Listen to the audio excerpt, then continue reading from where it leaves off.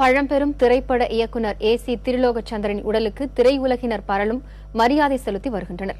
நடிகை கே.ஆர். விஜயா, நடிகர் சிவகுமார், இயக்குநரும் நடிகருமான மனோபாலா, வியட்நாம் வீடு சுந்தரம், கவிஞர் வைரமுத்து உள்ளிட்ட திரையுலக நட்சத்திரங்கள், இயக்குநர்கள், தயாரிப்பாளர்கள் என பலரும் திருலோகச்சந்தரின் உடலுக்கு மரியாதை செலுத்தி வருகின்றனர்.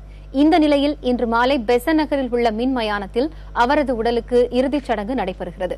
விருதுநகர் மாவட்டம் அருப்புக்கோட்டையைச் சேர்ந்த இயக்குநர் ஏ.சி. திருலோகச்சந்தர் சென்னையை அடுத்த கானத்தூரில் வசித்து வந்தார். 85 வயதான அவர் உடல் நலமின்றி நேற்று உயிரிழந்தார். 65 ஆண்டுகாலம் திரைப்படத்துறையில் பணியாற்றிய ஏ.சி. திருலோகச்சந்தர் நடிகரும் முன்னாள் முதலமைச்சருமான எம்ஜிஆர், சிவாஜி, ரஜினிகாந்த் ஆகியோரை வைத்து பல படங்களை இயக்கியிருக்கிறார்.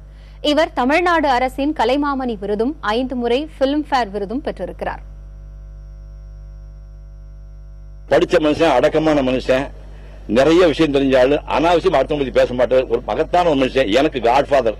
இப்ப நான் இங்க வந்து நடிகா நிக்கிறேன், எனக்கு 2 பசங்க இருக்கான்னு சொன்னா இதுக்கு அந்த முதல்ல பிள்ளையா சொல்லி போட்டு கேமரா நிக்க வச்ச ஒரு மகத்தான மனுஷன் திருலோகச்சந்தர். தமிழ் படங்களில் ஒன்று ஆஸ்கார் விருதுக்கு அனுப்பப்பட வேண்டிய தகுதிமிக்கதாக இருக்கிறது என்ற படத்தை தயாரித்தவர், இயக்கியவர் ஏ.சி. திருலோகச்சந்தர் அவர்கள். அவர் வளரும் இயக்குநர்களுக்கு பெரிய பாடம். ஒருவன் கற்றுக்கொண்டே இருக்கிற வரைக்கும் தன்னை புதுப்பித்துக் கொண்டே இருக்கிறான் என்பதற்கு அவர் எடுத்துக்காட்டு.